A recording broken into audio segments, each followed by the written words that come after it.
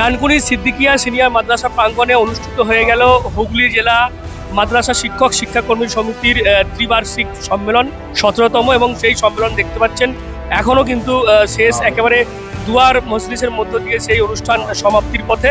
মূলত যেমনটা এই যে অনুষ্ঠান, সেখান থেকে যেটা মূল সমস্যা এই মাদ্রাসাগুলোতে যেভাবে ঢুকছে আমরা দেখতে পাচ্ছি শিক্ষক নিয়োগের অভাবে, এবং শিক্ষক বিভিন্ন ক্ষেত্রে নেই বলে যেটা অভিযোগ হচ্ছে। এবং যেমনটা আজকের এই অনুষ্ঠানে বিভিন্ন মাদ্রাসার যারা শিক্ষক ছিলেন, প্রধান শিক্ষক, টিআইসি ছিলেন, প্রত্যেকের বক্তব্যের মধ্য দিয়ে এই সমস্ত সমস্যার কথাগুলোই কিন্তু এই সম্মেলন থেকে উঠে আসলো। এবং পাশাপাশি মন্ত্রী বেচারাম মান্নার তিনি এসেছিলেন, তার সামনেও কিন্তু তারা সেই সমস্যার কথা তুলে ধরলেন।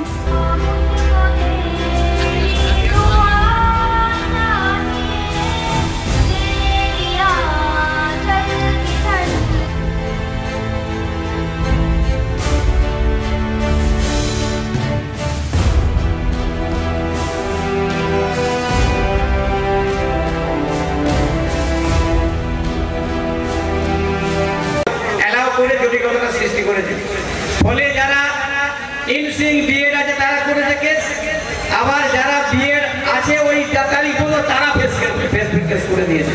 এটা আমরা কমিশনকে বলেছি যে এই ধরনের আধিকারিকদেরকে আপনারা রাখেন কেন, এরা এইসব ভুলগুলো করে কেন?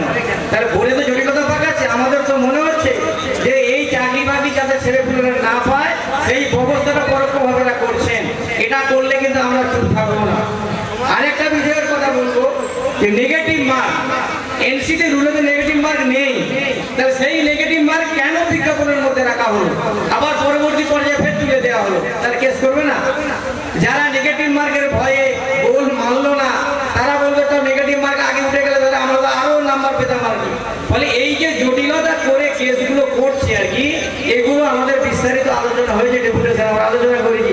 এইসব করে তো আপনারা করছেন কিনা যাতে শিক্ষক নিয়োগ না হয়, প্যানেল আপ না হয়, এগুলো আপনারা করেন। এগুলো করা চলবে না। এই ধরনের আধিকারিক আপনারা সরান, তাড়ান, নাহলে আমরা আন্দোলন করে আমাদের সমাজ বিকল্প কোনো পথ থাকবে না।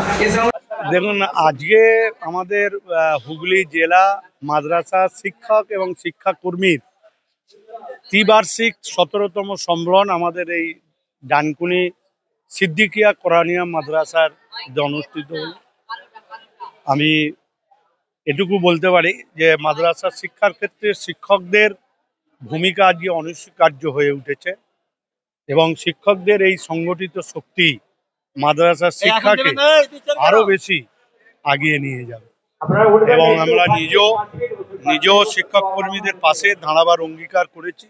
সরকারও পাশে রয়েছে, সরকারও চেষ্টা করছে তাদের সুযোগ সুবিধা অন্যান্য দাবি দাওয়াগুলো পূরণের ক্ষেত্রে। দেখুন, আপনারা সকলেই জানেন যে সিপিএম বিজেপি তারা নিয়োগের ক্ষেত্রে প্রতিটি পদক্ষেপে তারা হাইকোর্টে শরণাপন্ন হচ্ছে, যার ফলে অনেক সময় স্টপ হয়ে যাচ্ছে।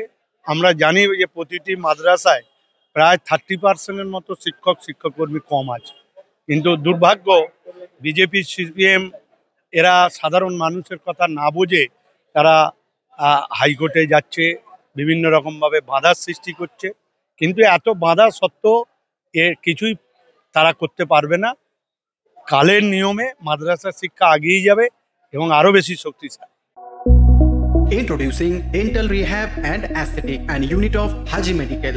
দাঁত মাড়ি কিংবা মুখের সমস্যায় ভুগছেন? আর চিন্তা কিসের? এখন আপনার অঞ্চলে রোগী দেখছেন অতি পরিচিত ডক্টর আশিফ রাজা সরকার, কনসালটেন্ট ডেন্টাল, ওরাল এবং ফেসিয়াল অ্যাস্থেটিক, সাথে যুক্ত রয়েছেন মেডিকেল কলেজ হাসপাতাল কলকাতা। উন্নত প্রযুক্তি দ্বারা উন্নত ট্রিটমেন্টের জন্য আজই আসুন dental rehab and aesthetic and unit of Haji medical. আমাদের ঠিকানা পার ডানকুনি চৌমাথা, দিল্লি রোড, ডানকুনি, হুগলি 712310। অ্যাপয়েন্টমেন্টের জন্য এখনই যোগাযোগ করুন 96402572 অথবা আমাদের হোয়াটসঅ্যাপ নাম্বার হলো 9163146213।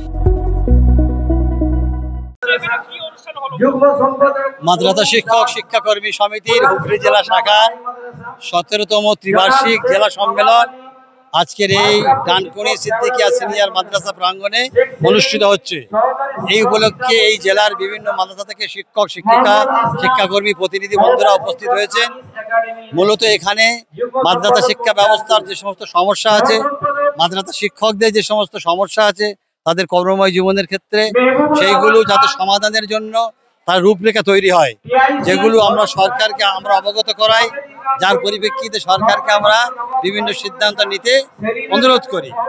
যে জন্য আজকে এখানে প্রায় 3 শতাধিক শিক্ষক প্রতিনিধি আমাদের মাঝে উপস্থিত হয়েছে। আমার রাজ্য নেতৃত্ব, অন্যান্য জেলা নেতৃত্ব এবং আজকের অনুষ্ঠানের প্রধান অতিথি মাননীয় মন্ত্রী বেচারাম মান্না মহাশয় উপস্থিত হয়েছিলেন। এখানে সারাদিনের আলোচনা থেকে যেটা উঠে আসলো যে মাদ্রাসা শিক্ষা ব্যবস্থা আর যে পরিকাঠামোগত উন্নয়নের ক্ষেত্রে মুখ্যমন্ত্রী অত্যন্ত প্রশংসনীয় পদক্ষেপ নিয়েছেন, কিন্তু মাদ্রাসায় শিক্ষক যে শূন্য পদ আছে সেই শূন্য পদে শিক্ষক দ্রুত নিয়োগ না করলে আগামী দিনে পঠন পাঠন দারুণভাবে ব্যাহত হচ্ছে। দ্বিতীয়ত হচ্ছে আমার রাজ্যে প্রায় 500টার কাছাকাছি মাদ্রাসা শিক্ষা কেন্দ্র আছে, যেগুলো সরকার অন্যান্য সুযোগ সুবিধা দেওয়ার পরেও শিক্ষক নিয়োগ হচ্ছে না, যেখানে শিক্ষকরা কন্ট্রাকচুয়াল বেসিসে চাকরি করে। কিন্তু এখানে যেহেতু এটা সার্ভিস কমিশনের মাধ্যম দিয়ে হয় না, তাই এখানে গভর্নমেন্টসকে আলাদা রুলস তৈরি করে শিক্ষক নিয়োগ করতে হবে।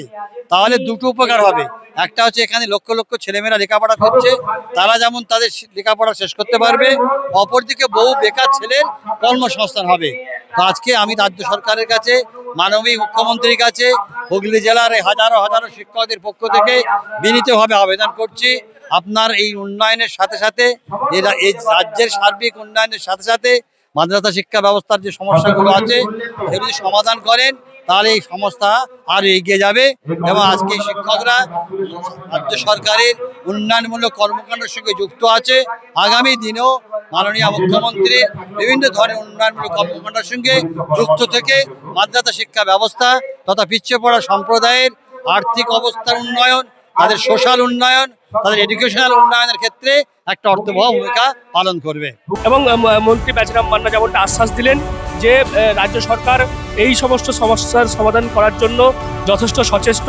তারপরও কিন্তু দেখা যাচ্ছে যেভাবে বিভিন্ন ক্ষেত্রেই যে মামলা হয়ে যাচ্ছে হাইকোর্টে, সেক্ষেত্রে কিন্তু নিয়োগ যার কারণে থমকে যাচ্ছে। তবে সমস্যার কিছু নেই, আগামীতে কিন্তু এই মাদ্রাসা শিক্ষা ব্যবস্থার ক্ষেত্রে এই রাজ্য সরকার তারা গুরুত্বপূর্ণ ভূমিকা পালন করবে, এমনটাই কিন্তু আজকে মাদ্রাসা শিক্ষক শিক্ষাকর্মী সম্মেলনে এসে আশ্বাস দিয়েছেন মন্ত্রী বেচারাম মান্না।